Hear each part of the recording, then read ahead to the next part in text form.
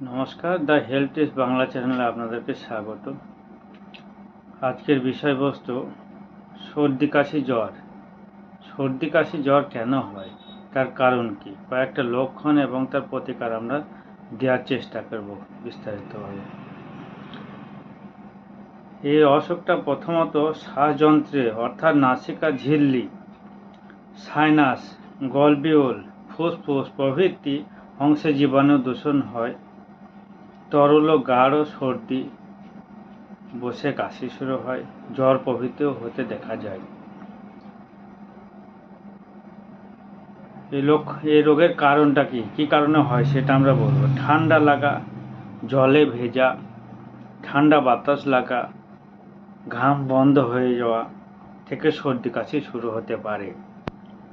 বিভিন্ন কারণে এই রোগ জীবাণু প্রবেশ করে আমাদের নাকের ভিতর থেকে শ্বাসযন্ত্রের বিভিন্ন অংশ তাদের কোষ সমৃদ্ধি আক্রমণ করে এবং ওই সকল কোষ হতে জল ভাব নিঃসরণ হয়, যা নাক দিয়ে ঝরে ঝরে ফুসফুস জমে যায়, বিভিন্ন উপসর্গের সৃষ্টি করে বা বিভিন্ন ধরনের রোগের সৃষ্টি করে।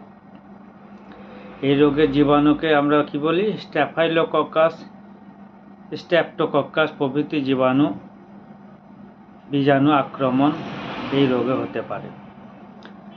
জীবাণু শরীরে প্রবেশ কয়েকদিনের মধ্যে গা হাত পা ম্যাজম্যাজ করা, মাথা যন্ত্রণা প্রভৃতি সহ সমস্যা জ্বরের সৃষ্টি করে।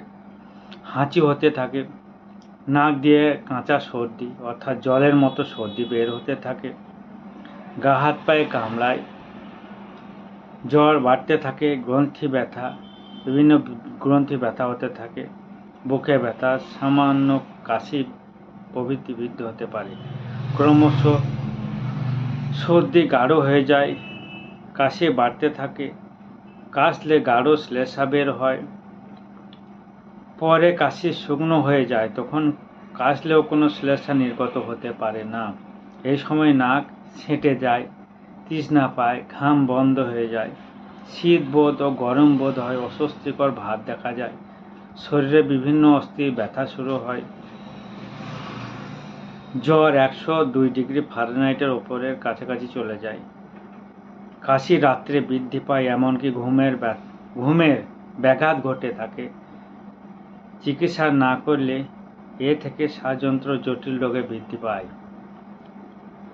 আচ্ছা, এই সমস্ত কারণ আপনাদের সর্দি কাশি শুরু হবে। এখন কয়েকটা ওষুধ আপনার সামনে তুলে ধরব।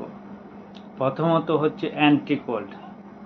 যে সমস্ত অ্যান্টিকোল্ড, সেই অ্যান্টিকোল্ডগুলো প্রথমত ব্যবহার করতে হবে, যেমন ল্যামোলেট বা সিক্সার, এই সমস্ত ট্যাবলেটগুলো। তার সঙ্গে সঙ্গে অ্যান্টাসিড, এর সঙ্গে সঙ্গে একটা অ্যান্টিবায়োটিক যেমন ওএমক্স। এবার ওএমক্সে যদি কাজ না হয় তার দ্বিতীয় ধাপে অ্যাজিথ্রোমাইসিন 250 বা 500। এবার তারপরেও যদি না কমে তাহলে আপনাদেরকে তৃতীয় ধাপে যেতে হবে, আপনাকে হাই অ্যান্টিবায়োটিক। এখন ওর সঙ্গে সঙ্গে অ্যালার্জি যে সমস্ত ট্যাবলেটগুলো পাওয়া যায়, দামি ট্যাবলেট, মন্টেলিকাস্ট এলসি জাতীয়, লিভোসিটিজেন, মন্টেলিকাস্ট, এই ট্যাবলেটগুলো খেলে পরে নাকের জলটা বন্ধ হয়ে যাচ্ছে। আর অ্যান্টিবায়োটিক তো বলেই দিলাম, তার সঙ্গে সঙ্গে অ্যান্টিকোল্ড খেতে হবে, আর একটা অ্যান্টাসিড খেতে হবে। তাহলে আমাদের প্রতিরোধ প্রথম ধাপে কমে যাবে, এবং দ্বিতীয় ধাপেও বলে দিলাম আপনাদেরকে। আর আনুষঙ্গিক চিকিৎসা, তুলসী পাতা, মধু, এটা সকালে খেলে পারে কাশিটা, শ্লেষাটা উঠে যাবে, বসতে দেবে না। আর ঠান্ডা জল ব্যবহার করাই যাবে না, ঠান্ডা জল খেলে পারে গলায় ব্যথা শুরু হবে, ঠান্ডা জল একদম খাওয়া যাবে না, গরম জল ব্যবহার করতে হবে। অতিরিক্ত জ্বর এসে গেলে আপনাদেরকে জলপট্টি দিতে হবে। আর তৃতীয়ত, গরম জলে স্নান করতে হবে। রাত্রে শোবার সময় হাতে পায়ে সরষের তেল ঘষতে হবে, যাতে এই অসুস্থ থেকে দূরে থাকা যায়। আজ এই পর্যন্ত। ধন্যবাদ আপনাদেরকে। চ্যানেলটা সাবস্ক্রাইব করবেন এবং লাইক শেয়ার করবেন।